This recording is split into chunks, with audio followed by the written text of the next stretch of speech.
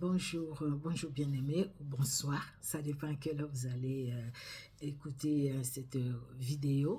Nous sommes dans la joie, quand le Seigneur permet toujours que nous puissions nous rencontrer, c'est vraiment une joie d'être ensemble, de louer notre Dieu et de le glorifier.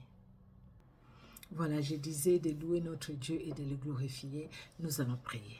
Éternel Dieu notre roi, c'est toujours une joie quand tu nous accordes de tels moments, afin que nous puissions ouvrir les Saintes Écritures, parce que tu parles dans notre cœur. Éternel, utilise-nous pour que tu puisses parler aussi à ses frères, à ses sœurs, que tu parles à ses cœurs, que tu parles à cette personne, que tu encourages, Éternel, l'autre, Éternel Dieu de gloire, par le Saint-Esprit, que tu nous fasses du bien, que tu nous libères au travers de ta parole libératrice, ta parole éternelle Dieu de gloire qui bénit nos vies, ta parole qui nous libère éternel Dieu de gloire.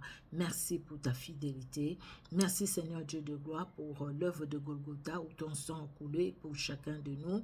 Pardonne nos fautes, libère-nous Seigneur, que ton sang nous sanctifie et nous lave et que ton Esprit Saint nous conduise, que tout soit pour ta seule gloire, que ce moment t'honore, que tout ce qui n'est pas de toi s'éloigne de nous au nom de Jésus. Éternel, que tout ce qui n'est pas de toi se taise au nom de Jésus. Nous renversons tout ce qui est de l'ennemi par la puissance du Saint-Esprit. Et Saint-Esprit règne dans nos cœurs, règne pendant ces moments, règne Seigneur Dieu de gloire dans la vie de toute personne qui écoute Seigneur Dieu de gloire cette vidéo, qui suit cette vidéo dans le nom puissant de Jésus-Christ. Amen. Amen, amen, amen. Notre Dieu est bon, il est vraiment redoutable, il est merveilleux.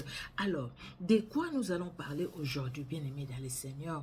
Nous parlons, le titre que j'ai mis, le thème, donc 5 choses qui peuvent nous éloigner de notre destinée ou qui peuvent nous empêcher d'entrer dans notre destinée ou de vivre notre destinée. 5 choses. Les choses que nous vivons, les choses qui nous entourent des fois, les choses que nous vivons dans notre quotidien, mais c'est des choses qui sont là pour nous empêcher, si on ne fait pas attention, à cause de ces situations, à cause de ces choses-là, nous pouvons passer à côté de notre destinée, nous pouvons passer à côté de notre bénédiction, de ce que Dieu a en réserve pour chacun de nous. Parce que ces choses-là vont nous empêcher à vivre la parole de Dieu, vont nous empêcher à écouter le Saint-Esprit. C'est des choses qui sont au fait comme des murailles de Jéricho au devant de nous, des choses qui sont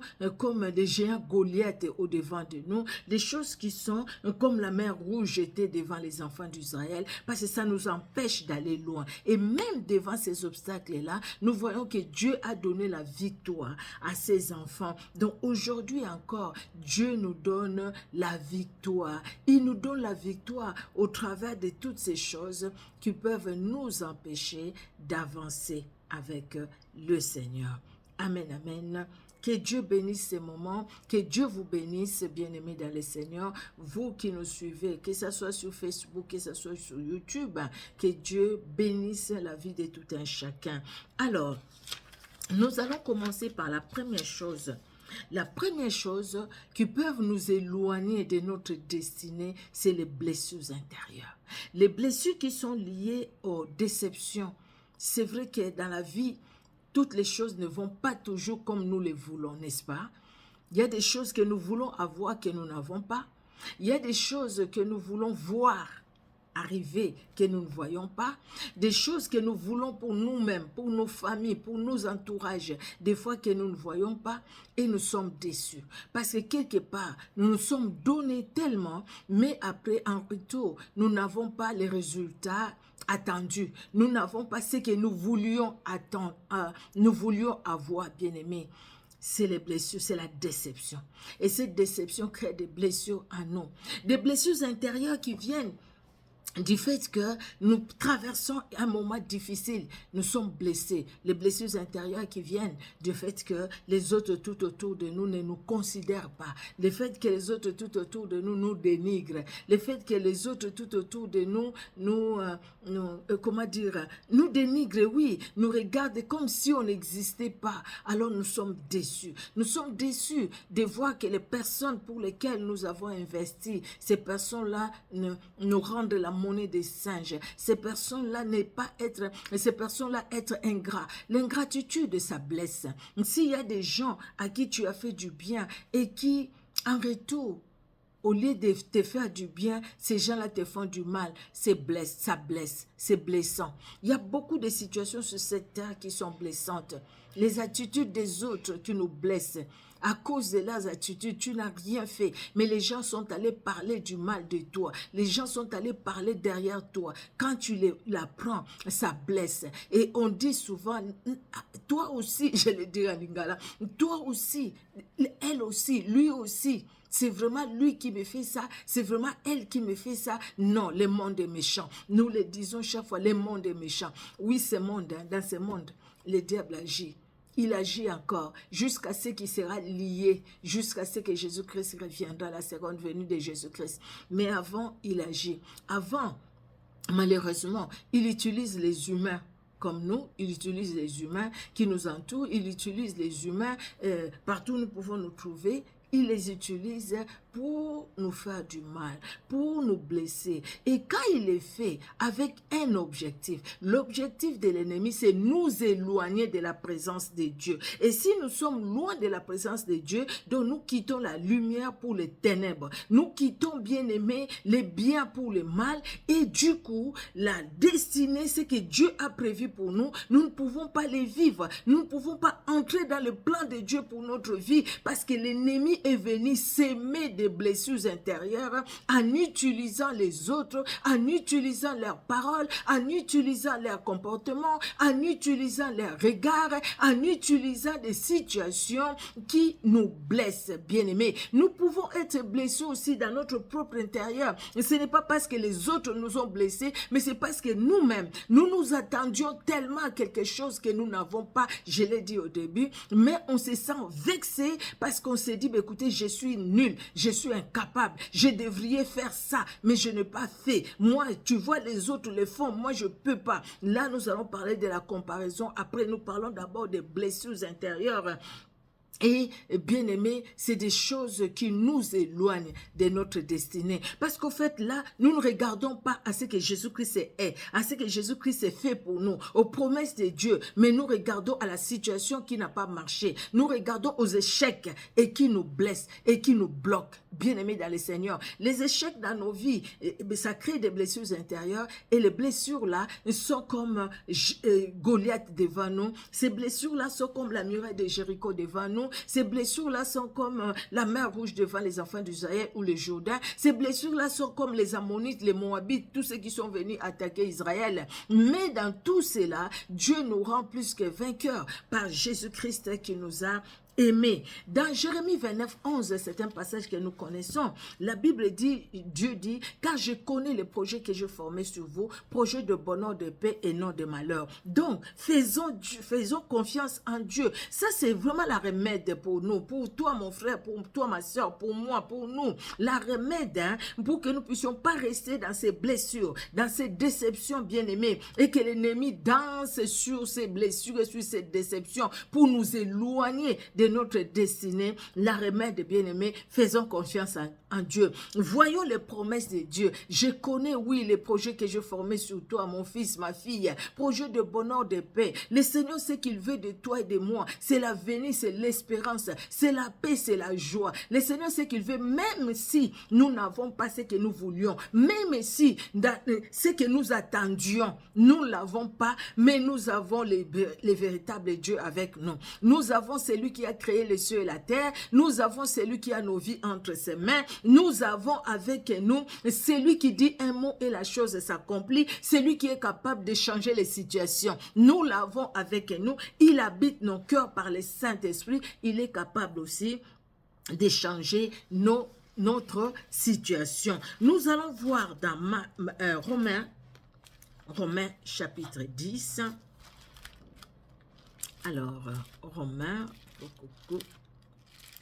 voilà, acte Romains. Romains chapitre 10. Voilà, Romains 10. La Bible nous dit, de 10 à 11, la Bible nous dit, car c'est en croyant du cœur qu'on parvient à la justice et c'est en confessant de la bouche qu'on parvient au salut, selon ce que dit l'Écriture. Quiconque croit en lui ne sera point confus. Ceux qui ont cru en Dieu. Vous savez, David dit, j'étais jeune, je vieillis, jamais je n'ai vu un juste abandonné, ni sa postérité mendier son pain. Il connaissait ces dieux-là. David, même dans des situations où l'ennemi était là, Saül était là, où il pouvait se venger, il a dit non, je ne touche pas, je ne veux pas me venger, la vengeance c'est à Dieu. Parce qu'il s'est dit, écoutez, là cette situation c'est une situation décevante. Lui qui avait l'onction, lui qui devait s'enfuir, lui qui devait devenir fugitif, lui qui avait l'onction. Mais il n'a pas cherché à se défendre parce qu'il s'est laissé Dieu faire. Parce que le temps de Dieu, c'est le temps de Dieu. Quiconque croit en lui ne sera point confus. J'étais jeune, je vieillis, jamais je ne vis un juste abandonné. La justice, ce n'est pas parce que nous faisons que de bonnes choses, mais c'est parce que Dieu nous a justifiés par son Fils Jésus-Christ. Quelle grâce nous avons, nous, aujourd'hui, nous qui vivons les temps de la grâce, nous qui vivons les temps de la grâce où Jésus-Christ est venu, où Jésus-Christ est mort à la croix de Golgotha pour chacun de nous. Vous voyez, bien aimé dans le Seigneur. Donc ça c'est une remède. Faisons confiance à notre Dieu. Nous allons voir dans le psaume 71. Alors, les psaumes 71 de 1 à 4. Voilà, 71 de 1 à 4. Éternel, je cherche en toi mon refuge, que jamais je ne sois confondu. Dans ta justice, sauve-moi et délivre-moi. Incline vers moi ton oreille et secours-moi. Sois pour moi un rocher qui me serve d'asile, où je puisse toujours me retirer. Tu as résolu de me sauver, car tu es mon rocher et ma forteresse. Mon Dieu, délivre-moi de la main du méchant, de la main de l'homme unique et violent. Tu as choisi de me sauver. Je sais que tu vas me sauver. Quelle que soit ma situation, tu vas me sauver. La situation dans mes attentes, c'est que je veux et que je n'ai pas. Je sais que toi, tu pourvois à tous mes besoins. Je sais que tu es là pour moi. Même si le combat est là, oui, le combat est là. Mais je sais que dans ce combat, ma victoire viendra de toi. La victoire ne viendra pas d'un homme, mais ça viendra de toi. Donc, bien-aimés dans le Seigneur, les blessures, sachons que nous allons être blessés. Nous sachons que nous serons déçus de beaucoup de situations qui peuvent nous blesser, que ce soit par les hommes, l'extérieur ou l'intérieur par nous-mêmes. Bien-aimés dans le Seigneur, mais comptons sur le Seigneur. Sachons qu'il a des projets de bonheur et de paix pour nous. Parce que si on reste dans ces blessures, nous n'allons pas avancer, n'est-ce pas? Vous êtes d'accord avec moi? Parce que là, au lieu de tourner les regards vers celui qui est notre rémunérateur, Jésus-Christ, nous allons tourner les regards vers les situations qui sont restées sans solution. Nous allons tourner nos regards vers les situations, vers les problèmes qui sont toujours là, bien-aimés dans le Seigneur. Alors, deuxièmement, il y a quelque chose aussi qui peut nous sortir de notre destinée, qui peut nous empêcher d'entrer dans notre destinée, c'est la culpabilité. Alors, la culpabilité, je suis allée dans les dictionnaires. La culpabilité,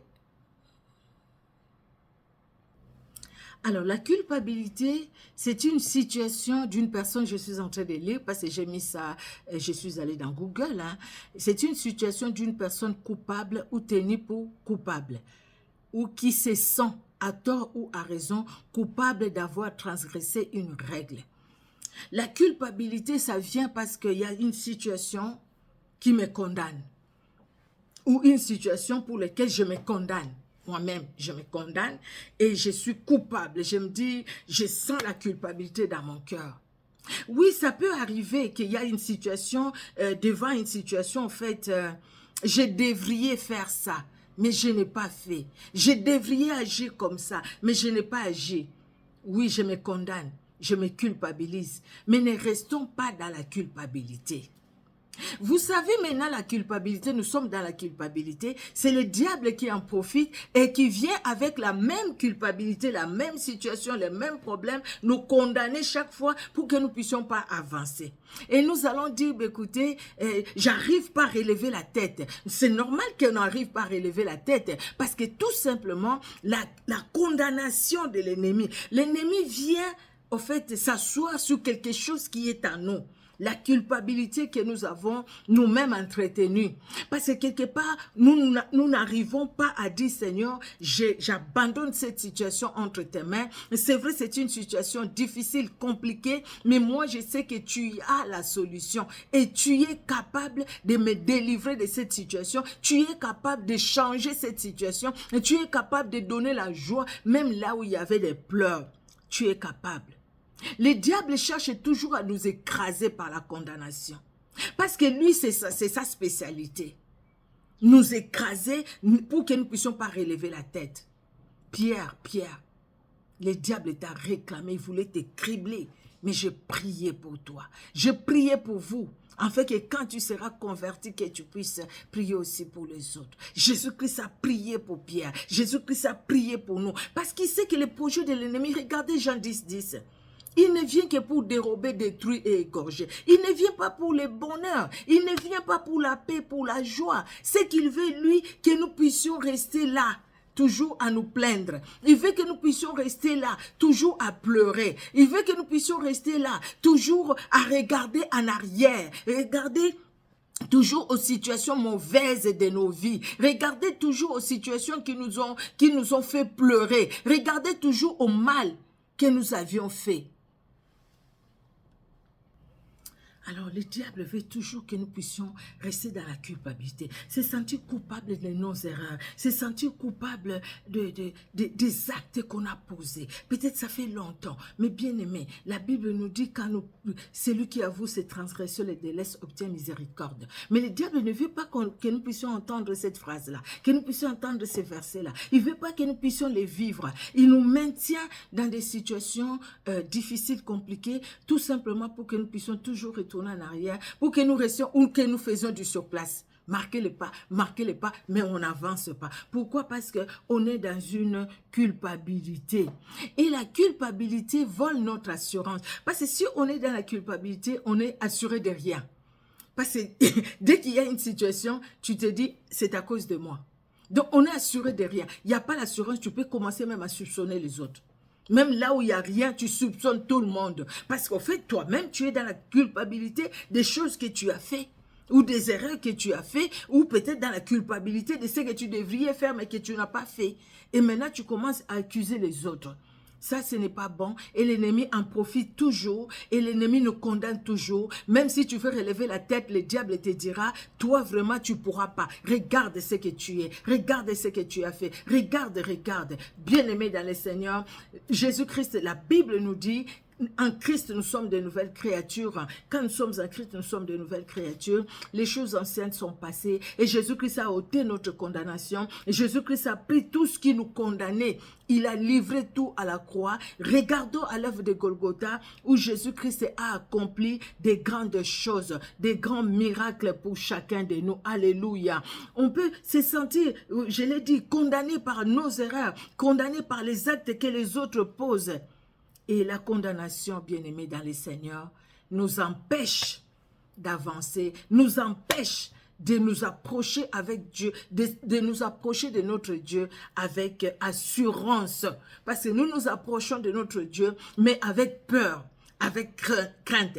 On s'est dit, on doute même de la réponse de Dieu. On doute même que le Seigneur va nous écouter. On doute même que Dieu nous voit. Vous voyez, on doute même que Dieu nous voit pendant que nous sommes à genoux, pendant que nous sommes en train de crier à lui. Nous allons voir dans 1 Jean 3, nous allons vraiment lire la Bible, 1 Jean au chapitre 3, moi je n'ai pas, voilà, 1 Jean chapitre 3 de 21-22. La Bible dit, bien-aimés, si notre cœur ne nous condamne pas, nous avons de l'assurance devant Dieu. Quoi que ce soit que nous demandions, nous les recevons de lui parce que nous gardons ses commandements et que nous faisons ce qui lui est agréable. Mais si notre cœur nous condamne, donc nous sommes vraiment sans assurance en fait devant Dieu. Nous allons prier, mais sans assurance.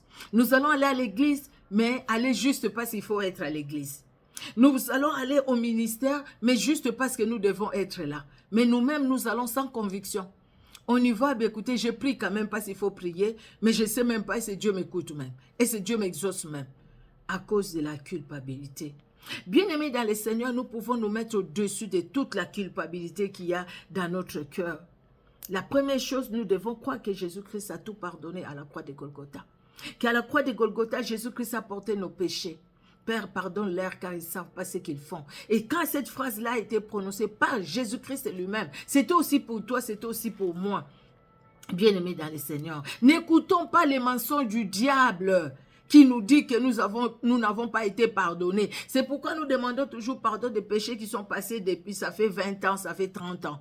Tout simplement parce que nous vivons dans la culpabilité, nous vivons, dans la condamnation de l'ennemi à cause de la culpabilité. Qu'est-ce nous dit Colossiens 2, de 13 à 15? C'est un passage que nous connaissons bien aimé, un passage que moi, vraiment personnellement, j'aime beaucoup. Colossiens 2, de 13 à 15, surtout dans la prière de délivrance.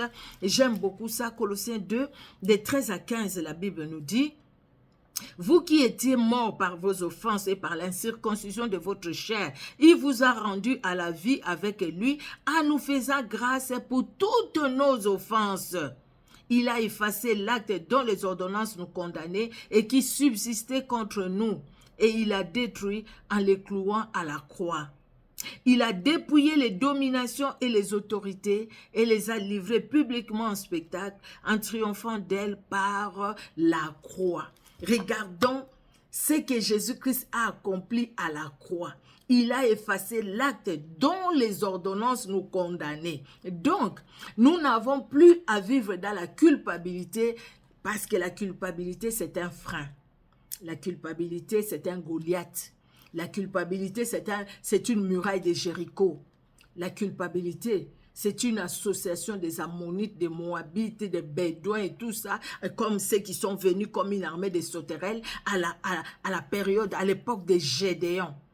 Qui venaient, qui détruisaient ce que les enfants d'Israël construisaient, ce que les enfants d'Israël s'aimaient, ils détruisaient. Bien aimé, la culpabilité vient aussi détruire. C'est comme une armée de sauterelles. La culpabilité détruit ce que nous voulons construire avec le Seigneur, ce que nous voulons faire. Il détruit notre prière, il détruit notre joie, il détruit notre paix, il détruit nos relations. La culpabilité nous détruit intérieurement. La culpabilité détruit notre croissance spirituelle, j'allais dire. La culpabilité détruit notre croissance spirituelle. Bien-aimés dans le Seigneur, que Dieu nous garde.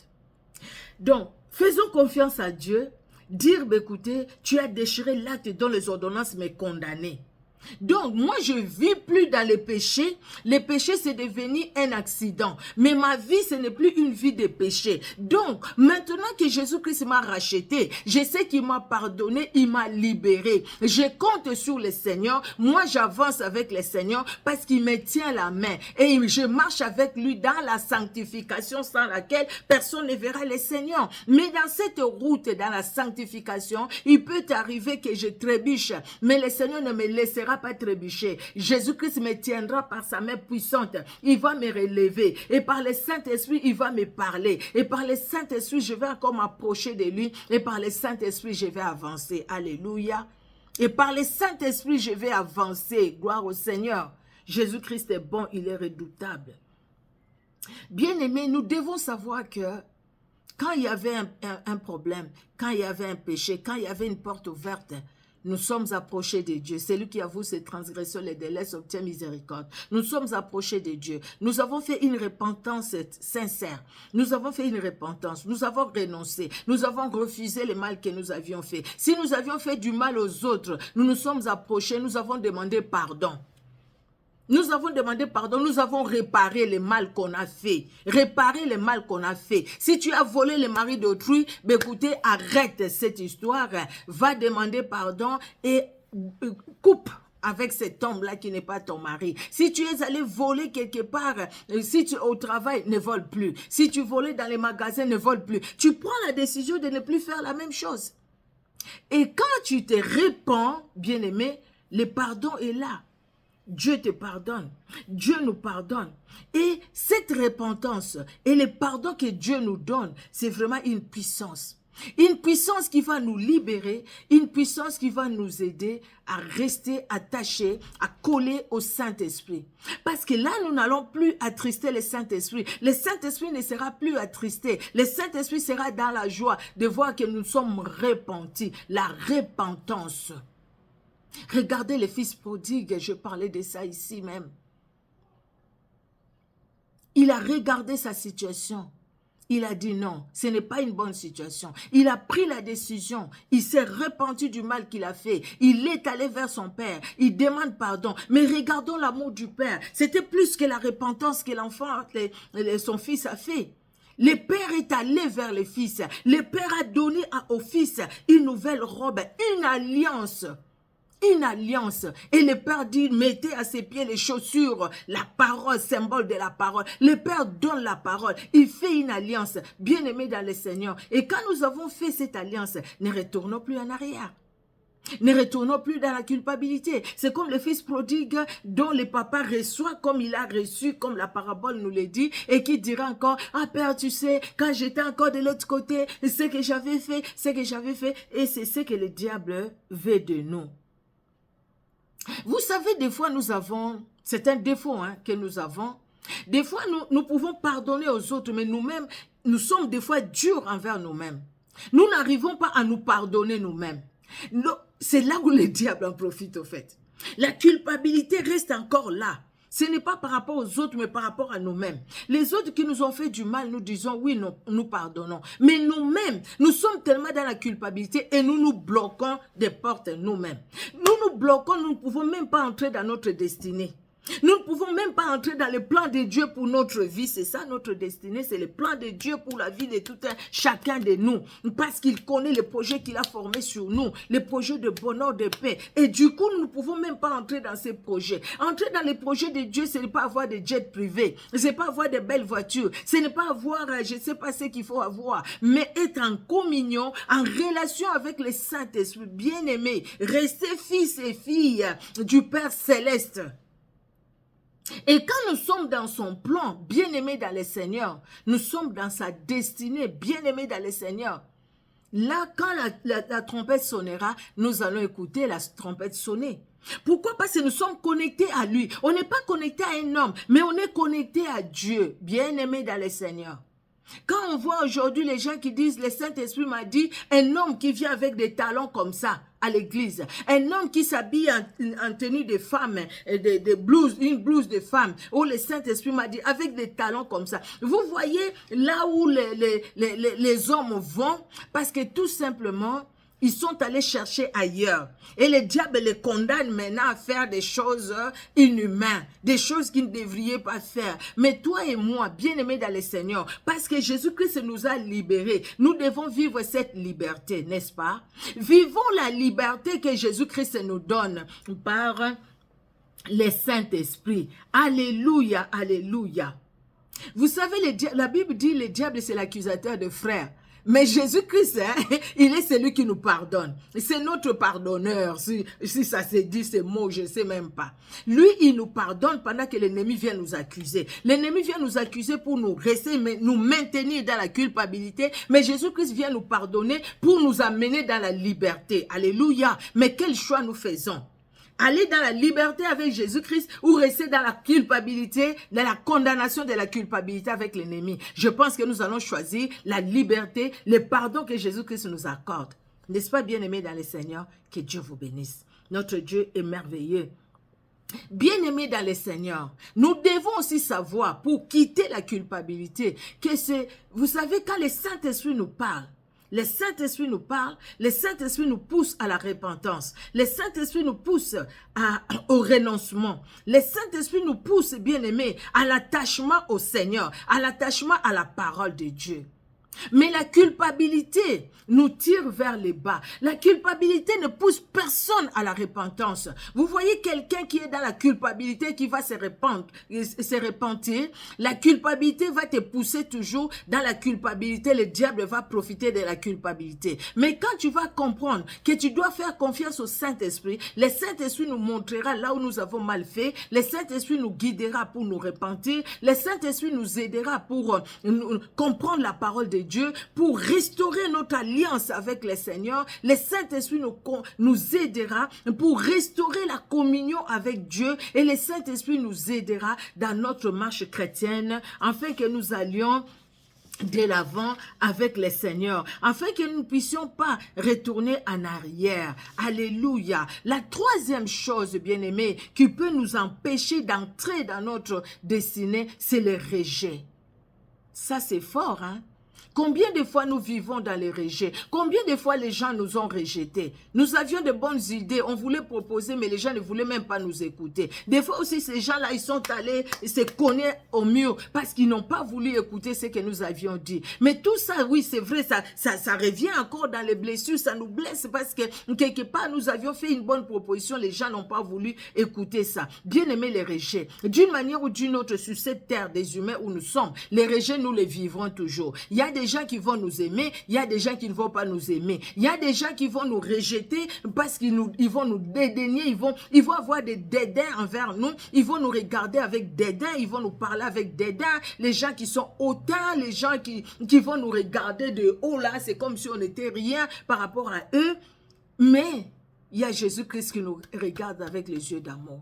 Il y aura aussi des gens, je ne vois pas une seule personne sur cette terre où tout le monde les hait. Lui, vraiment, tout le monde les hait. Non. Même s'il y a 100 personnes, 99 personnes qui vous hait, il y aura une personne sur cette terre qui va vous aimer. Une personne qui sera dans la joie d'être avec vous, de vous voir.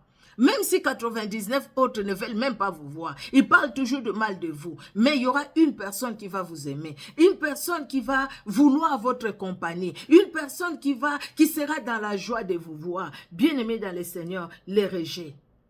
Et les rejets, ça a des conséquences sur notre vie spirituelle, sur notre vie physique, sur notre vie morale, sur notre vie sentimentale. Les rejets ont beaucoup de conséquences. C'est comme une femme qui est rejetée par son mari ou un mari qui est rejeté par sa femme. Vous voyez dans son cœur qu'est-ce qui va naître.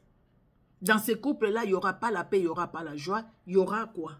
C'est l'adultère, c'est les querelles, c'est toutes ces choses-là. Des choses-là mauvaises. Et quand c'est la famille qui te rejette, on a vu les enfants rejetés qui se sont retrouvés dans la rue. On a vu les sœurs qui rejettent leur propre sœur et la sœur s'est retrouvée seule. Après, je n'aime pas. Il n'y a plus d'amour parce qu'il y a le rejet. Et bien aimé, dans ces sentiments de rejet, quand on est rejeté, soit il y a des gens, tu m'as rejeté, moi aussi je te rejette. Voilà, c'est fini. Il ne m'aime pas, je ne l'aime pas non plus. Et ça, on entend ça. Hein? Tu ne m'aimes pas, moi non plus, je ne t'aime pas. Moi non plus. Tu ne m'aimes pas, moi non plus, je ne t'aime pas aussi. Mais il y a de certaines personnes dans ces rejets-là, ça déjà, ce n'est pas bon. Il y a des personnes dans ces rejets-là, parce que je suis rejetée, je m'enferme sur moi-même. Je parle à personne. Je ne veux même pas que les gens viennent me parler, parce que de toutes les façons, qu'est-ce que je vais lui dire? Il va rejeter ce que je vais dire. De toutes les façons, les gens ne m'aiment pas. Mais même cette personne-là qui vient avec les sourires, je ne sais pas. Il faut que je prenne ça avec son sourire avec des pincettes, parce que peut-être il vient de juste sourire des lèvres. Mais dans son cœur, il ne me supporte pas. Pourquoi? Parce que la personne vit dans les sentiments de rejet. Dans les sentiments de rejet, bien aimé, quelqu'un va dire, écoutez, de toutes les façons, qu'est-ce que je suis moi? Je suis rien.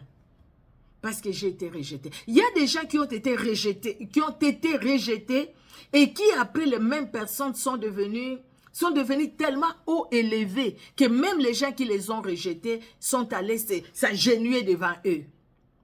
Nous voyons dans la Bible l'histoire de Joseph. Il a été rejeté, non? Il a été vendu, non? Qui ont fait ça? Ses propres frères. Ses propres frères. Même père. même si ce n'était pas la même mère. Mais après, c'est eux qui sont allés s'agenouiller devant Joseph. Et si Joseph avait regardé au rejet, il allait rejeter aussi ses frères. Mais Joseph dit, vous avez cherché à me faire du mal. Dieu a changé ce mal-là en bien pour nourrir tout un peuple. Voilà quelqu'un qui comprend qu'il ne devait pas rester dans les rejets, mais au contraire, il devait voir dans ces rejets la gloire de Dieu qu'il a élevée. Les hommes l'ont rejeté, il a été même en prison, mais Dieu de la prison, Dieu a fait de lui un premier ministre en Égypte. Dieu de la prison, Dieu l'a élevé. De la prison, Dieu lui a donné la sagesse. De la prison, Dieu lui a donné un nouveau habit.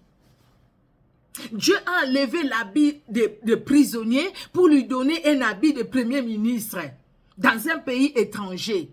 Et par lui, sa famille a été sauvée. Par lui, sa famille a été guérie. Par lui, sa famille a eu de l'honneur. Aujourd'hui, si on parle de la mer Rouge, nous disons, le Seigneur, tu as séparé la mer Rouge à deux, tu es capable d'agir. C'est parce qu'il y a eu un Joseph qui a été rejeté par ses frères. Il y a eu un Joseph qui était là-bas et qui n'a pas regardé au rejet, mais qui a regardé à la puissance de celui, c'est Dieu-là qu'il servait, c'est Dieu-là qui était capable de les sortir de là où il était. Il disait à les chansons du roi, j'ai été vendu, je n'ai rien fait pour me retrouver ici, ma famille est loin. Quand tu vas sortir, pense à moi. Il n'a pas pensé à Joseph. Mais Joseph n'a pas regardé la rancune. Joseph voyait son Dieu. Vous voyez bien aimé, le fait de tourner les regards vers Dieu, ce qui va suivre après, nous allons les regarder comme une pourriture, comme Paul dit, hein. Je regarde tout comme pourriture pourvu de gagner Christ. Donc ce qui est important, Christ, c'est vrai, je l'ai dit, mais c'est pas facile à les vivre. C'est vrai, je suis en train de le dire, mais c'est pas facile à les vivre. Quand tu as été rejeté, et pardonner à ces personnes qui t'ont rejeté, pardonner à ces personnes qui t'ont dénigré, c'est pas donné. Hein. Il n'y a que le Saint-Esprit qui peut nous donner la force. Il n'y a que Dieu qui peut nous donner la force, bien-aimés. Si Dieu ne nous donne pas la force de nous-mêmes, zéro. Zéro, zéro, zéro, les bungutoulou. On ne fera rien, on n'arrivera même pas. Parce que chaque fois, on verra les rejets de ces personnes-là devant nous. Et chaque fois, on verra ce que ces personnes-là nous ont fait. Mais Dieu nous donne d'autres regards. Dieu nous montre maintenant à aller au-delà de ce que ces personnes nous ont fait, à l'exemple de Joseph dans la Bible. Alors, pour ne pas rester toujours dans les rejets bien-aimés et bien entrer dans sa destinée, vivre l'amour de Dieu, la paix de Dieu comme Joseph, bien-aimé dans le Seigneur, nous ne devons pas chercher les regards des hommes. Cherchons plutôt les regards de Dieu. Les hommes vont nous regarder, les hommes vont peut-être nous apprécier, bien-aimés. Mais cette appréciation-là, les mêmes personnes qui ont dit « Hosanna, Alléluia », les mêmes personnes ont dit « Crucifie-les, crucifie-les ». Cherchons plutôt à être remarqués par Dieu. Ici, sur la terre, les gens peuvent te remarquer. Mais si Dieu ne te remarque pas, si Dieu ne voit pas que tu es là, il dira ces jours-là « Éloigne-toi de moi, toi qui commettais l'iniquité ». Que Dieu lui-même puisse nous regarder, bien-aimés dans le Seigneur. Que Dieu nous regarde. Si on voit Dieu qui me voit, qui me connaît, qui m'aime, bien-aimé dans le Seigneur, les rejets des autres, ça va nous affecter, c'est vrai, mais ça ne va pas rester là à nous affecter toute la vie, parce que Dieu lui-même va ôter, ces sentiments de rejet pour nous donner, nous revêtir de sa paix et de sa joie. À l'exemple de Joseph, tel que je l'ai dit. Hosanna, Hosanna, crucifie-les, crucifie-les. C'est ça l'homme. C'est ça les humains, nous les humains, c'est ça. Quand il y a à manger, oui, on applaudit. Quand il n'y a pas, on n'applaudit pas. Bien aimé, regardons même dans nos propres familles des fois. Quand tu donnes, tout le monde t'applaudit. Quand tu dis que je n'ai pas, elle ne donne pas. Elle ne donne pas. Donc, ou il ne donne pas. On a entendu des témoignages comme ça selon les familles. Hein. Moi, je rends grâce à Dieu, en tout cas pour mes sœurs. Je rends grâce à Dieu. Je rends grâce à Dieu pour l'unité vraiment au milieu de nous. Surtout qu'on est vraiment tous aussi dans les Seigneurs. Je rends grâce à Dieu que Jésus-Christ continue à nous garder, qu'il nous garde. Mais on entend les gens qui se plaignent. Vous entendez aussi. Vous voyez? Quand tu donnes, oui. Quand tu ne donnes pas, c'est comme si tu n'as jamais donné. Vous voyez? Et dans tout ça, il faut plutôt regarder à Jésus-Christ. Ne regardons pas aux hommes. Quand on donne pour la gloire de Dieu. On donne parce que Dieu veut que nous puissions donner. Quand tu donnes pour que les gens voient que tu as fait, bien-aimé, tu seras déçu. Tu seras déçu parce que les rejets des hommes, tu les vivras. Tu seras déçu. Alors, bien-aimé, nous devons aussi penser à l'œuvre de Golgotha. Vois que Jésus-Christ est mort pour nous. Même si tu étais les seules personnes sur la terre, les seuls pécheurs, Jésus-Christ serait venu mourir à la croix de Golgotha pour toi. Vois maintenant l'importance que tu as devant Jésus. Voyons cette importance que nous avons devant Jésus-Christ. Nous avons tellement du prix à ses yeux. Il est mort pour nous. Nous avons du prix à ses yeux. Regardons dans Ésaïe 43, 4. Ésaïe 43, excusez-moi, je suis allée dans Joël. Ésaïe, c'est là. Voilà.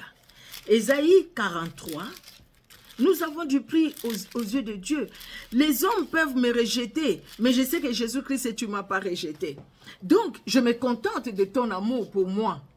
Alléluia.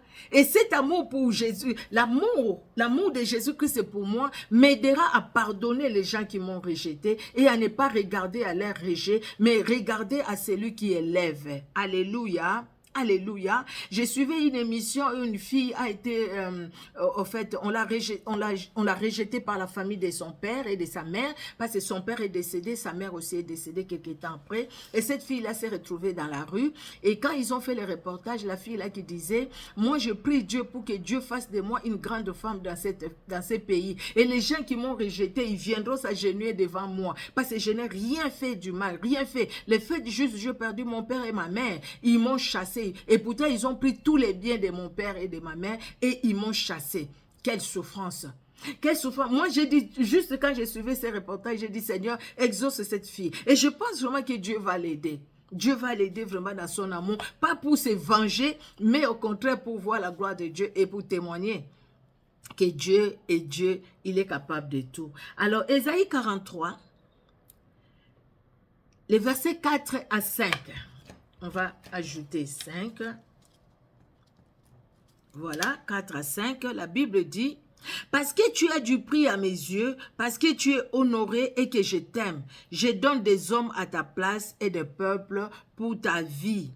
Ne crains rien, car je suis avec toi. Je ramènerai de l'Orient ta race et je te rassemblerai de l'Occident. » Alléluia. Ne crains rien, parce que tu as du prix à mes yeux. Nous allons dire, mais ça, c'était pour Israël. C'est aussi pour toi, parce que tu es Israël spirituel, parce que tu as crié à la parole de Dieu. Bien-aimé dans le Seigneur, nous avons du prix aux yeux de Dieu. Oui, les hommes vont nous rejeter. Oui, peut-être les parents vont te rejeter. Oui, peut-être au travail, tu es rejeté, on te déconsidère même, tu n'as même pas de la valeur là où tu travailles. Bien-aimé dans le Seigneur, appuie-toi sur le Seigneur, appuie-toi sur la parole de Dieu. Oui, j'ai du prix aux yeux de Dieu. Rejetez-moi, mais moi je sais que Dieu m'aime. Et parce que si nous restons positifs dans ce sens-là, nous verrons toujours l'élévation du Seigneur. Nous verrons toujours comment Dieu va se confondre ceux qui nous rejettent sans cause. Mais par contre, dans notre cœur, pardonnons à ces personnes-là. Ne restons pas dans leur rejet. Ne jouons pas leur jeu. Ils jouent les jeux du diable pour nous mettre par terre. Mais nous maintenant, jouons les jeux du Saint-Esprit pour que nous soyons élevés et qu'eux voient notre élévation. Parce que Jésus-Christ est vivant. Alléluia. Bien-aimés dans le Seigneur, nous devons dire non au rejet. Tu m'as rejeté, j'ai un Dieu avec moi. Alléluia. La famille, vous m'avez rejeté. J'ai un Dieu avec moi. Il s'occupera de moi. Je ne sais pas comment ça va se faire, mais il s'occupera de moi. Bien-aimés dans le Seigneur, disons-les haut et fort. J'ai même dit, crions haut et fort. Je suis l'enfant de Dieu. Je suis la chanson, je suis l'enfant de Dieu. Il m'a donné sa vie. Il a fait ceci. Nous les chantons. Mais quand nous sommes devant une situation difficile, nous oublions cette belle chanson. Bien-aimés, crions-les haut et fort. Je suis l'enfant de Dieu. Dieu ne m'abandonne pas. La Bible nous dit dans 1 Pierre, voilà, 1 Pierre c'est ça, 1 Pierre 2,9, la Bible dit, vous au contraire, vous êtes une race élue, un sacerdoce royal, une nation sainte et un peuple acquis, afin que vous annonciez les vertus de celui qui vous a appelé des ténèbres à son admirable lumière. Alléluia. Autrefois, vous qui autrefois n'étiez pas un peuple et qui maintenant êtes le peuple de Dieu, vous qui n'aviez pas obtenu miséricorde et qui maintenant avez obtenu miséricorde. Alléluia. Qui nous sommes en Jésus-Christ bien-aimé? Nous sommes une race élue, un sacerdoce royal, une nation sainte, un peuple acquis, afin que nous annoncions les vertus de celui qui nous a appelés des ténèbres à son admirable lumière, Jésus-Christ de Nazareth. Alléluia. Regardons dans Apocalypse, premier chapitre, voilà. Apocalypse 1, verset 6, la Bible nous dit, et qui a fait de nous un royaume de sacrificateurs. Il a fait de nous un royaume, il y a une virgule, de sacrificateurs pour Dieu son Père. À lui soit la gloire et la puissance au siècle des siècles. Amen. Et qui a fait de nous un royaume? Jésus-Christ de Nazareth. Qui a fait de nous des sacrificateurs pour Dieu son Père? Jésus-Christ de Nazareth. Et quand nous regardons à tout ce que Jésus-Christ a fait, bien aimé dans le Seigneur, nous n'allons plus vivre dans les rejets. Nous allons plus rester là dans les rejets à pleurer à cause des rejets des gens. Les gens m'ont rejeté. Les gens ne m'aiment pas. Ne pleure pas. Ne pleure pas, essuie les larmes de tes yeux. Relève la tête. Relève la tête. Tu es l'enfant de Dieu. Tu as même ce que ceux qui te rejettent là n'ont pas. Ils font l'œuvre du diable. Ils jouent les jeux de l'ennemi. Toi maintenant ne rentre pas dans ces jeux-là. Toi joue maintenant les jeux du Saint-Esprit. L'élévation. Vois qui tu es dans le Seigneur. Il n'y a que le Saint-Esprit qui peut nous les faire voir et nous les faire connaître, bien-aimés dans le Seigneur. Alléluia. Oh, quel Dieu merveilleux que nous avons. Hein? Quel Sauveur merveilleux nous avons en Jésus-Christ de Nazareth. C'est lui qui s'est sacrifié pour chacun de nous. Éphésiens au chapitre 1er, verset 4, la Bible nous dit, « En lui, Dieu nous a élus avant la fondation du monde, pour que nous soyons saints et irrépréhensibles devant lui. » Alléluia. Nous ayant prédestinés dans son amour à être ses enfants d'adoption par Jésus-Christ selon les bons plaisirs de sa volonté. En Jésus-Christ, regardons quand même ce que le Seigneur a fait pour nous. Vous voyez que c'est pas peu, hein? C'est pas peu, ce que le Seigneur a fait pour nous. Le Seigneur a fait pour nous de grandes choses, bien-aimés dans le Seigneur. Contentons-nous de ce que le Seigneur a fait pour nous. Il y a autre chose, bien-aimés, que nous devons aussi faire attention, quelque chose à éviter. Évitons cela, bien-aimés. Je suis moi, tu es toi. Ce que tu as, je n'ai pas. Ce que j'ai, tu n'as pas. Bien-aimés dans le Seigneur, évitons la comparaison. La comparaison n'est pas raison, déjà les gens du monde le disent. La comparaison, ça c'est la 40e chose. La perte du rejet, j'ai dit ça fait 3. La 4e chose, c'est ça. Évitons la comparaison. Évitons, bien-aimés dans le Seigneur. Quand on se compare, on a la peur de quand dira-t-on. Qu'est-ce que les autres diront de moi? Alors regarde lui, il est. Regarde elle, elle a, je n'ai pas. Lui, il a, moi je n'ai pas. Regarde ses capacités, moi je suis rien. Tu n'es pas rien. Tu n'es pas rien. Dieu t'a mis sur cette terre pour un but. Et le but de Dieu pour toi sur cette terre, Dieu a mis en toi aussi ce qui est en lui. Il t'a donné l'intelligence. Il t'a donné la capacité. Ce que tu ne peux pas faire aujourd'hui, demain tu peux le faire. Relève la tête. Ne dis pas, mais écoutez, je peux rien faire. Non, c'est parce que tu veux rien faire. Tu peux toujours faire quelque chose. Dieu nous conduit toujours, bien aimé dans le Seigneur. Dieu nous conduit, ne regarde même pas ton âge, mais regarde plutôt à ce que Dieu a pour toi. Dieu a pour toi les projets de bonheur, les projets de paix et de joie. Bien aimé, quand on reste dans la comparaison, bien aimé dans le Seigneur, on n'a même plus l'assurance de sa propre vie. On n'a pas l'assurance parce on regarde que les autres. On regarde que ce que les autres font. Et c'est comme si soi-même, on ne peut rien faire. Même à l'église, des fois, tu ne lèves pas la voix. Parce que tu te dis, non, les autres prient tellement très bien. Si moi, je lève la voix, quel mot je vais dire? Mais non, tu diras les mots qui passent dans ton cœur à ces moments-là. C'est comme tu pries à la maison, comme tu peux, si à l'église, vous êtes dans une église où on laisse les gens prier, comme moi, dans mon église, l'église où je suis, on nous laisse prier librement. Il y a des temps de louange, d'adoration. Après, librement, chacun élève sa voix et prie. Si tu es dans une telle église où on te donne l'opportunité de louer Dieu à haute voix, pourquoi tu ne les fais pas? Fais-les. Ne dis pas les autres, ils prient très bien, ils ont des mots. Les mots là, ce n'est pas des mots qu'ils ont achetés quelque part. C'est des mots qui viennent de leur cœur. Donc, toi aussi, dans ton cœur, il y a des mots. Quand tu lis la Bible, il y a des mots. Prends ces mots-là quand tu lis la Bible et élève Dieu par ces mots-là. Alléluia, alléluia. Bien-aimés dans les Seigneurs, la comparaison, ça peut nous rabaisser, ça peut nous gonfler aussi. Par la comparaison, nous pouvons nous voir au-dessus des autres, comme nous pouvons nous voir aussi en dessous des autres. La comparaison entraîne en nous l'esprit d'infériorité ou de supériorité aussi. On se compare aux autres parce qu'on se croit supérieur à eux ou on se croit inférieur. Tu n'es inférieur à personne et tu n'es supérieur à personne, tu es toi. Alléluia, tu es toi. Tu es toi dans ce que tu as. Elle est elle dans ce qu'elle est. Lui, il est lui dans ce qu'il est aussi. Et dans ce qu'il a. Toi aussi dans ce que tu es et dans ce que tu as. Bien-aimés dans le Seigneur, nous devons éviter la comparaison. La comparaison, c'est comme un miroir au fait. Un miroir qui déforme tout. Qui t'amène à voir une fausse image de toi-même. Une fausse image. Ou quand tu regardes la comparaison, tu prends ce miroir de la comparaison, tu te dis, ah, moi, je suis plus que les autres. Regarde ce jeune homme. Mon âme, repose-toi, tu as les biens, tu as tout, tu as tout. Et le lendemain, la personne qui donne le souffle de vie prend ce souffle de vie. Qu'est-ce qu'il va faire? Rien du tout. La comparaison, bien aimé, on n'a pas à se comparer à qui que ce soit. Chacun, même si vous êtes jumeaux, vous êtes jumelles, vous n'avez pas à vous comparer. Parce que chacun a ses capacités. Chacun a sa façon de faire. J'ai vu quelque part sur Internet où un homme a épousé les triplés. Les filles, là, elles sont triplées. Ils ont épousé un même homme. Vous voyez jusqu'où va la folie de l'homme. Va la folie de l'homme. Là, c'est la folie de l'homme, bien-aimé. Vous croyez que c'est quelque chose qui plaît à Dieu, ça? Ça ne plaît pas à Dieu. Je ne sais même pas comment je peux appeler ça. C'est un péché. C'est un péché.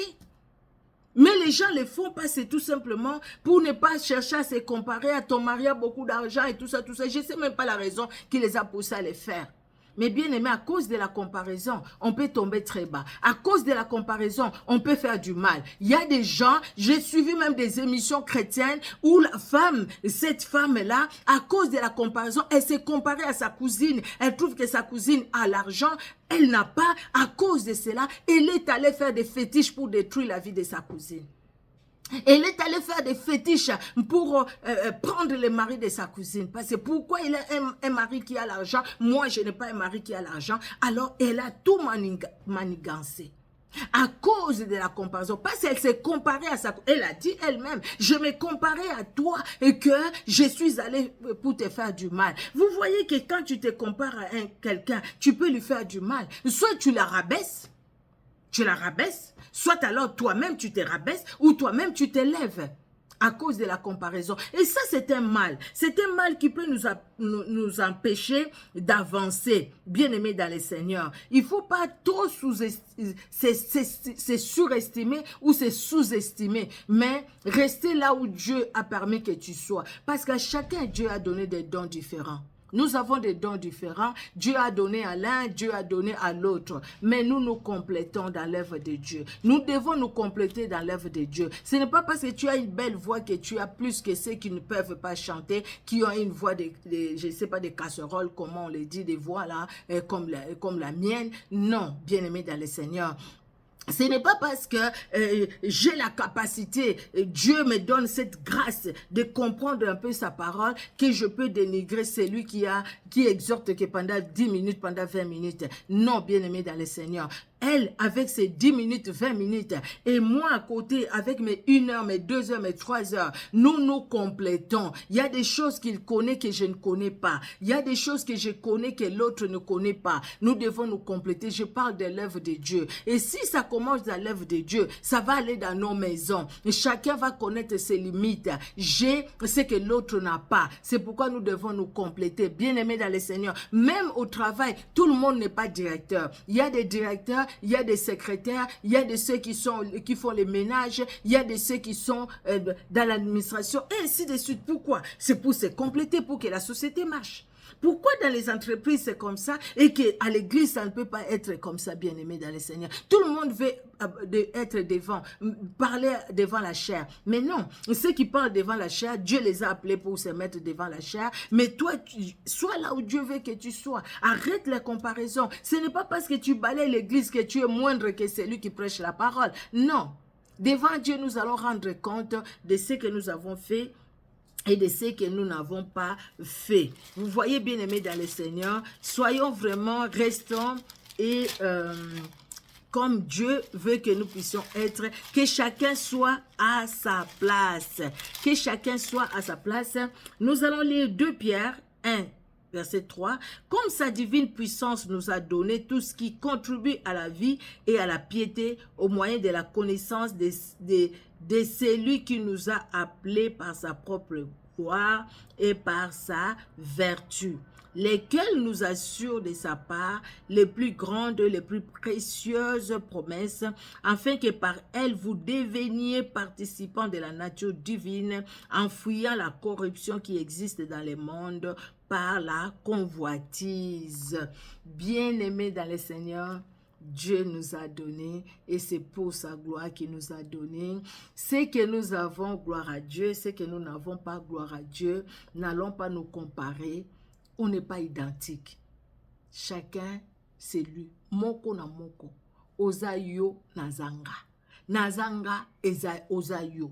Tu es ce que tu es. Je suis ce que je suis. Alléluia. Mais dans l'œuvre de Dieu, nous devons nous compléter. Nous devons savoir que nous sommes uniques, je l'ai dit tout à l'heure. Chacun de nous est unique, même les jumelles, les jumeaux, ils sont uniques. Ils sont uniques, chacun est unique. Ça, c'est très fort. Comment Dieu nous a créés. Demandons peut-être aux médecins ou aux biologistes qui font des analyses sur beaucoup de choses. Et ils savent que chaque personne est unique. Même les jumeaux, ils sont chacun uniques. Les jumelles, chacune unique. Nous sommes uniques sur cette terre. Nous sommes uniques. Bien-aimés dans le Seigneur. Ce que tu es capable de faire, tout le monde ne fera pas pareil. Ce que les autres là-bas font, écoutez, tout le monde aussi ne fera pas pareil. Donc chacun a ses points forts et ses points faibles. Chacun a ses limites, chacun a ses capacités. Contentons-nous de ce que le Seigneur nous donne. Bien-aimés, ne laissons pas les apparences nous tromper. Des fois, nous comparons parce que c'est les apparences justes que nous voyons.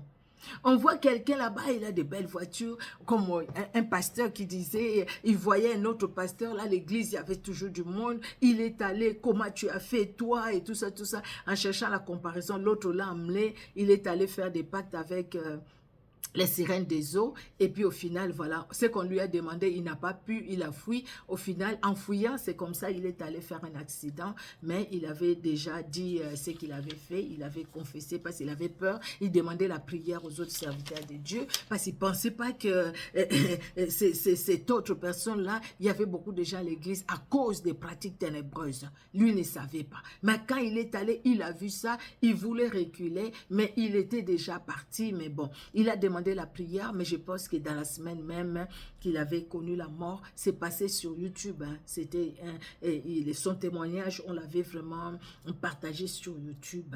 Bien-aimé dans le Seigneur, que les apparences ne trompent pas. Tu vois quelqu'un, tu sais pas ce qu'il est dedans.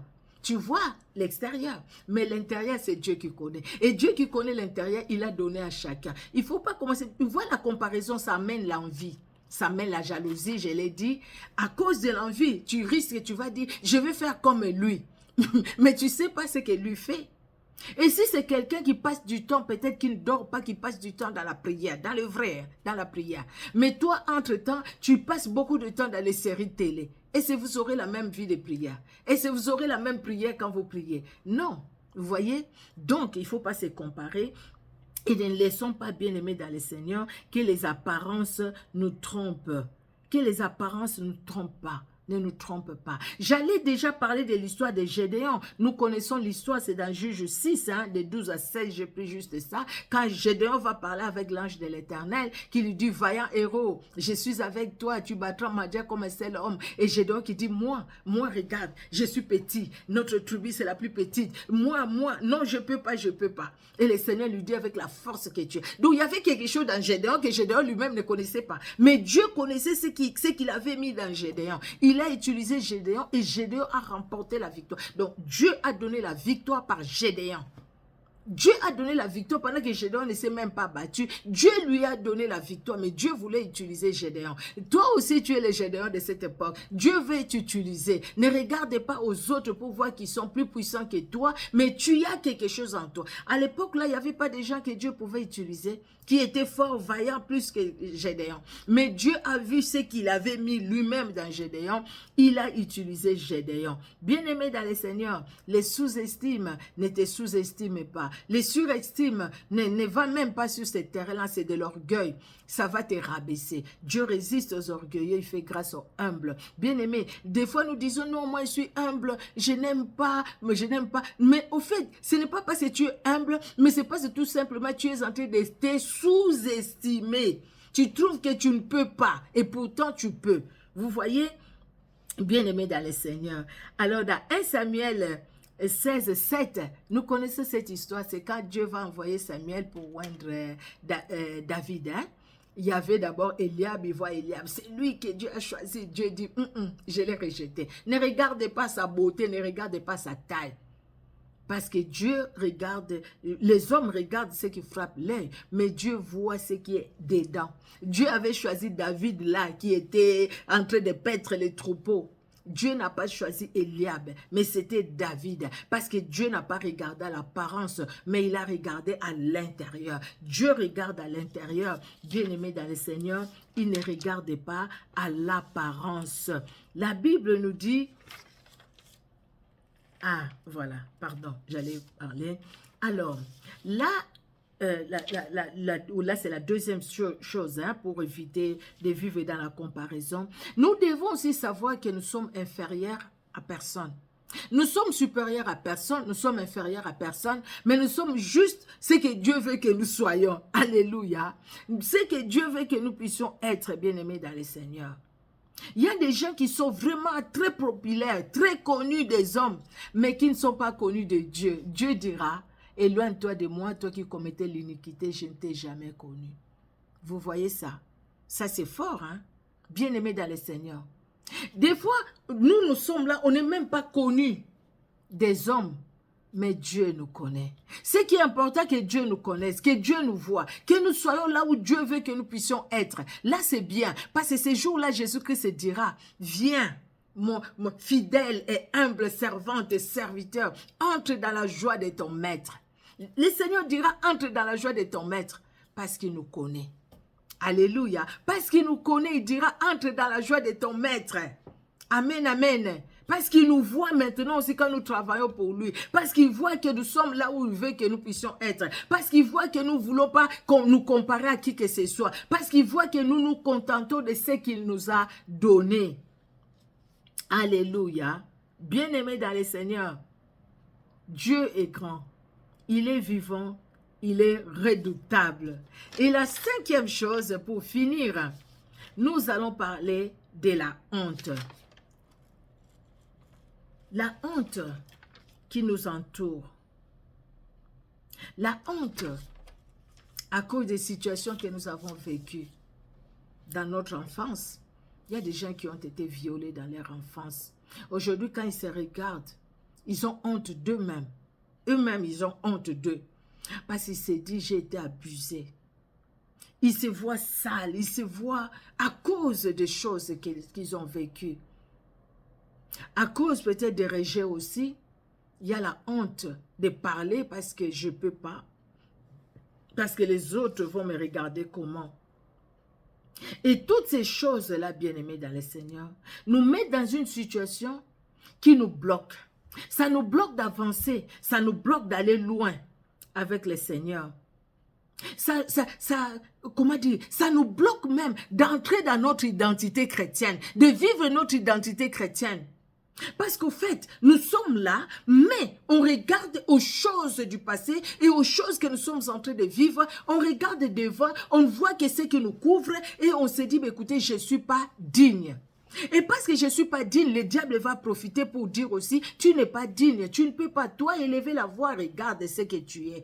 Toi, vraiment prier, regarde, toi, tu peux servir Dieu, toi, tu penses vraiment, regarde les gens qui servent Dieu. Les gens qui servent Dieu, c'est les hommes, les femmes comme toi, comme moi. C'est les hommes, les femmes qui ont eu une vie, qui ont fait des péchés, qui ont trébuché, qui sont tombés, mais qui se sont relevés parce que Jésus-Christ les a gardés, Jésus-Christ les a soutenus. Bien aimé, la honte parce qu'on a vécu une situation humiliante. Parce que tout simplement, les gens nous ont humiliés. Oui, les gens nous ont humiliés. Par leur attitude, ils nous ont humiliés. Par leur regard, ils nous ont humiliés. Par leurs paroles. Il y a des gens aujourd'hui, quand ils te regardent, c'est comme si tu les connaissais, mais tu ne les connais pas. Ils te regardent de la tête aux pieds. C'est pour dire vraiment que tu n'es rien. Il y a des gens comme ça. Et puis, il y a des gens... Des fois, j'entends ça beaucoup. Une émission là que je regarde, quelqu'un qui rentre, qui a mal fait. Hein. Et puis il dit, toi, tu es qui toi? Ozanani yo zanani par rapport à nga. Tu es qui par rapport à moi? Tu sais moi qui je suis? Beaucoup de gens disent ça. Tu sais qui je suis? Mais tu es ce que tu es, mais tu as mal fait, tu as mal agi. Donc c'est comme si, parce que eux dans la famille, ils ont un avocat, eux dans la famille, ils ont un député, eux dans la famille, ils ont un ministre, les autres là ne peuvent rien dire. Ils peuvent les écrabouiller comme ils veulent. C'est comme aujourd'hui au Congo, chez moi, les gens maintenant, tu sais pas que moi je suis de la tribu du président, tu veux jouer avec moi, nous maintenant on va marcher sur vous, on va faire. Ça ne sert à rien tout ce que vous faites là. Surtout ceux qui le font, c'est pas tout le monde qui le font, mais surtout ceux qui le font. Et maintenant, quand ils disent ça, à côté, la personne qui n'a pas compris son identité en Christ, dire que, écoutez, tu peux être de la famille du président, mais tu as mal fait, il y a la justice aussi. Tu as mal fait, tu as mal fait. Des fois, combien de gens qui ne se défendent pas? Parce que tout simplement, ils se voient couper les mains et les pieds à cause de ce qui est en face de lui. C'est quelqu'un qui est connu. C'est quelqu'un qui a des connaissances. C'est quelqu'un qui ils ont une telle personne dans la famille. Dans leur famille, ils ont un ministre, ils ont un député, ils ont. Et la personne à côté dit, dans ma famille, c'est comme une famille sans marque, en fait. Personne ne connaît ma famille. Mais Jésus-Christ connaît ta famille. Jésus-Christ aussi te connaît. Il y a des gens qui vivent dans la honte de ne pas réussir leur vie. Qui croient qu'ils n'ont pas reçu leur vie. Mais aussi longtemps que nous vivons, Dieu peut faire de grandes choses. Beaucoup de choses peuvent changer. Aussi longtemps que nous vivons sur cette terre. Dieu est capable de changer une situation comme il a changé la situation de Joseph en Égypte. Il est capable de changer aussi ta situation, de changer notre situation. Alléluia. Bien-aimés dans le Seigneur, quand on est dans la honte, quand on vit dans la honte, on ne voit même pas qui on est en Jésus-Christ. On oublie même. Parce qu'au fait, la honte nous enveloppe, nous habite tellement. On voit que la honte, même à l'église, on peut aller à l'église, on a que la honte. C'est pourquoi aussi on a du mal à prier, j'ai honte. Ah, moi, je ne peux pas passer, j'ai honte. Regarde comment je m'habille, j'ai honte. Regarde comment je suis, j'ai honte. Tu as honte, bien-aimé. Et dans cette honte-là, tu n'as même plus l'assurance de ta vie. Tu n'as même plus l'assurance de ce que tu es en Jésus-Christ. Que Dieu nous garde vraiment dans son amour, bien-aimé dans le Seigneur, à ne pas vivre dans la honte, quelles que soient les paroles d'humiliation que nous avions connues devant notre enfance, quelles que soient les pratiques d'humiliation que nous avons connues de notre enfance ou même à l'âge adulte, des situations humiliantes que nous avions connues. Mais Jésus-Christ est capable de changer la situation de notre vie. Alléluia, alléluia. La Bible nous dit dans Hébreu, je suis déjà là, Hébreu 12, de 1 à 3, la Bible dit, « Nous donc aussi, puisque nous sommes environnés d'une si grande nuée de témoins, rejetons tout fardeau et les péchés qui nous enveloppent si facilement et courons avec persévérance dans la carrière qui nous est ouverte, ayant les regards sur Jésus, les chefs et les consommateurs de la foi. » Qui, en vue de la joie qui lui était réservée, a souffert la croix, méprisé l'ignominie et s'est assis à la droite du trône de Dieu. Jésus-Christ a porté notre honte. Entre les brigands et les voleurs, il est mort. Il a accepté d'être maudit pour nous bénir. Jésus-Christ a porté notre honte. C'était une honte mourir à la croix. C'était une malédiction mourir à la croix. Bien-aimé, mais Jésus-Christ a accepté cela pour que, bien-aimé dans le Seigneur, la honte que les gens t'ont fait subir, les paroles méprisantes que les gens t'ont dit, pour que cette honte-là n'ait plus d'effet dans ta vie et dans ma vie. Et que nous puissions vivre la vie de Christ. Vous avez parlé, vous m'avez humilié. Gloire à Dieu, parce que Jésus-Christ n'est pas humilié. Jésus-Christ a accepté l'humiliation pour me lever, pour me relever. Je relève la tête. Je relève la tête par le Saint-Esprit. Je demande au Saint-Esprit de m'aider. Alléluia. Jésus-Christ a méprisé la honte pour que nous puissions, bien-aimés dans le Seigneur, vivre dans la paix, dans la joie et relever notre tête. Jésus-Christ a pris notre place. Il a accepté d'être humilié par les hommes qu'il a créés lui-même, bien-aimés dans le Seigneur. Et pour sortir, bien-aimés, de cette honte, nous devons nous accepter tels que nous sommes. Je suis une créature merveilleuse, méprise-moi, dénigre-moi, mais je suis une créature si merveilleuse. Le psaume 139, verset 14, c'est un passage que nous connaissons. Le psaume 114, je vais quand même lire ça. Le psaume 139, pardon, pourquoi j'ai dit 114? Excusez-moi. 139, voilà, je suis là. Les psaumes 139, voilà, verset 14. Je te loue de ce que je suis une créature si merveilleuse. Tes œuvres sont admirables et mon âme les reconnaît bien. Méprise-moi par tes paroles, dénigre-moi, mais je suis une créature si merveilleuse. Vous savez, le fait de confesser ça de tout ton cœur, que je suis une créature merveilleuse, la personne qui croyait te mettre par terre par ces paroles dénigrantes sera étonnée de voir que tu as relevé la tête. C'est vrai. Ils seront étonnés de voir que tu as relevé la tête. Mais bien aimé, ne relevons pas la tête par orgueil pour dire que je vais leur montrer. Non, ça ne sert à rien. Là, tu vas tomber dans leur jeu, tu vas tomber dans leur piège. Mais toi, nous ne tombons pas dans leur piège. Ils nous ont dénigrés par leurs paroles. Ils nous ont fait la honte devant les gens. Ok, c'est pas grave. Mais moi, oui, j'ai eu la honte. Mais maintenant, je me retourne vers Jésus-Christ qui a porté la honte. Jésus-Christ, tu as tout porté à la croix de Golgotha pour me donner ta paix, ta joie. Relève ma tête. Je veux que ma tête soit haute. Je ne veux pas marcher dans l'orgueil. Mais Seigneur, je veux marcher dans l'assurance envers toi, parce que je suis une créature merveilleuse. J'ai été créée à l'image et à la ressemblance de Dieu. Tu peux m'injurier, tu peux me traiter de tout ce que tu veux, tu peux voir tous les défauts en moi, mais je suis une créature merveilleuse. Vois les défauts que tu vois, mais Jésus-Christ, quand il me regarde, il est dans la joie. Il est dans la joie quand il me regarde et dit, waouh, quelle belle créature que j'ai fait. Je suis une créature merveilleuse. Je suis une belle créature. Vous voyez? Donc, du coup, ceux qui m'ont injurié, des fois les gens t'injurient sans cause. Des fois les gens t'injurient juste pour te faire du mal. Des fois les gens t'injurient, te dénigrent tout simplement parce qu'ils sont en train de faire l'œuvre du diable pour te décourager. Bien aimé, comprenons cela, non? Comprenons cela et ne marchons pas dans leur découragement. Voyons plutôt la puissance et la grandeur de Jésus-Christ de Nazareth. 2 Corinthiens 10, de 12 à 13. Vous allez lire ça à la maison. Et voilà, je pense que c'était, ne laisse pas les apparences tromper. 1 Samuel 16, 356. Voilà. C'est ça. Alors, et je disais aussi, nous devons nous dire, je l'avais déjà dit, je l'ai redit encore, que nous ne sommes pas inférieurs à qui que ce soit. Nous sommes nous, Dieu nous a créés, tu peux me dénigrer, tu peux me rabaisser, mais Jésus-Christ ne me rabaisse pas. Au contraire, Jésus-Christ m'élève parce que Jésus-Christ m'aime.